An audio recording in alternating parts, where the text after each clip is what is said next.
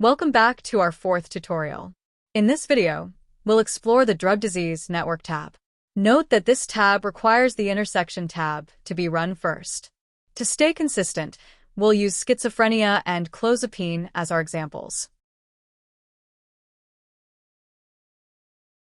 The intersection analysis shows 103 genes shared between the drug and the disease.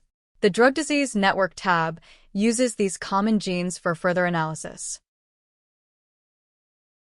The main goal of this tab is to identify the core genes involved in the network. To start, we have the option to see if any genes are not present in our built-in PPI network. Here, all genes were found, so none are missing. Next, we get a table of interactions between the common genes. This table can also be imported into Cytoscape, specifically for use with Cytohubba. Again, links are provided for each gene and its corresponding protein. Gene links lead to the gene cards database, while protein links direct you to UniProt.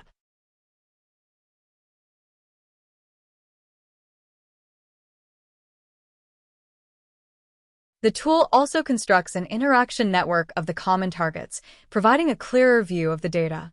The plot can be saved in JPG format. Finally, this tab generates multiple tables.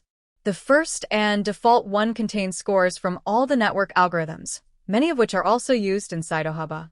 The tool also produces an integrated score, available in raw and normalized formats, shown in the last two columns. Users can select which algorithm to display. For example, choosing degree will show its corresponding table and network, highlighting the core genes based on that metric. Font sizes are adjustable, along with the top genes to display in the network. And that wraps up our fourth tutorial. Thanks for watching.